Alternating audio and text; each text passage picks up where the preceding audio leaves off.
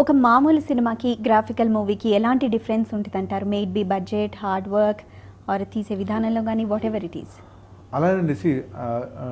Graphic cinema normal cinema అని కదండి. Cinema is all about అంటే మనం అనుకున్నది ఇమోషన్ కన్వే అవ్వాలండి ఆడియన్స్కి. అంటే ఏ సినిమా అయినా, అది విజువల్ ఎఫెక్ట్స్ అయినా కూడా, లేకుంటే వాట్ ఎవర్, ఎవ్రీ సీన్కి ఎవ్రీ షాట్కి ఒక ఇమోషన్ అనేది ఉంటుందండి.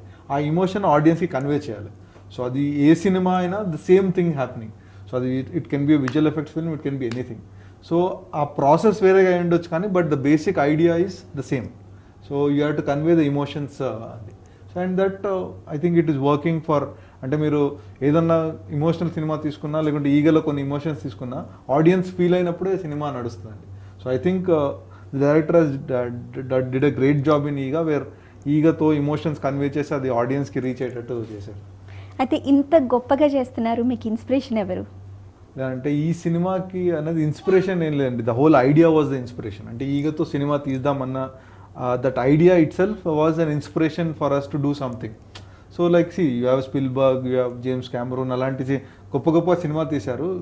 They have inspired the whole generation అండి. అంటే వాళ్ళు నన్ను ఇన్స్పైర్ చేశారని చెప్పడం అన్నది it's like not a right thing basically. So they have inspired everyone who has seen those kind of films.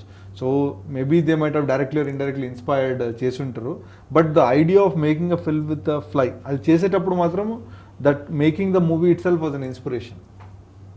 Right. అయితే ఈ సినిమా ఇప్పుడు సౌత్ ఇండియాలో ఒక కొలమానంగా నిలిచిపోతుంది అంటారా? That's what we're expecting. అంటే అది అనుకుంటున్నామండి అలాగే. సో రాజమౌళి గారితో ఇది మీ 5th మూవీ. ఎలా ఉంది ఆయనతో వర్క్ చేయడం అనేది from the beginning? Working with Rajamouli ఏంటంటే, రాజమౌళి గారు లైక్ అందరికీ తెలిసినట్టే ఈజ్ లైక్ అంటే ఏంటిది జక్కన్ అని అంటారు. Basically is like always trying to do perfection చేయాలని ట్రై చేస్తూ ఉంటారు. So being a part of his team ఈ పుషెస్ ఎవ్రీ వన్స్ లిమిట్ అండి. అంటే ఎలా అంటే is not satisfied easily.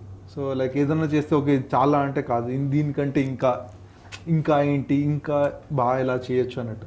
So that drive is still there అండి. అంటే ఫస్ట్ సినిమా నేను సై చేసినప్పటి నుండి, నాది ఫస్ట్ సినిమా ఆయనతో సై అండి. సై చేసినప్పటి నుండి ఇప్పటి వరకు the drive is still there. ఇంకా అంటే మనం చేసిన దానికంటే ఇంకా బాగా చేయాలి అన్నట్టు ఆ drive is still there. And every time ఇంకా గొప్పగా ఏం చేయొచ్చు అన్నట్టు. అంటే ఇప్పుడు సై చేసాం, సై తర్వాత we did Chatrapathi together. So that was like taking to another limit.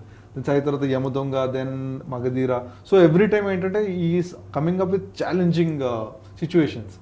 So అంటే నాకు పర్టికులర్లీ బీయింగ్ ఛాలెంజింగ్ సిచ్యువేషన్స్ అంటే ఇష్టం అండి. So like doing normal films everyday అన్నది it's not so exciting. So అలా ఇలాంటి సినిమాలు లైక్ రాజమౌళితో చేయడం అన్నది like I also feel very proud and happy to bit. So every time challenge comes I'm also అరే okay like now we have to do this, let's do it అన్నట్టు. And is pushing the whole team forward అండి, one step. Like ఇప్పుడు like for example like when I did Sye, okay we took cinema to a certain level. But ఇప్పుడు like after doing Eega we all feel proud because అందరు like lots of critics in Bombay, Tamil Nadu, everywhere are telling that Indian సినిమాలో ఒక అద్భుతమైన cinema Eega. So I feel very proud about it. And it is like thanks to Rajamouli for his visualisation.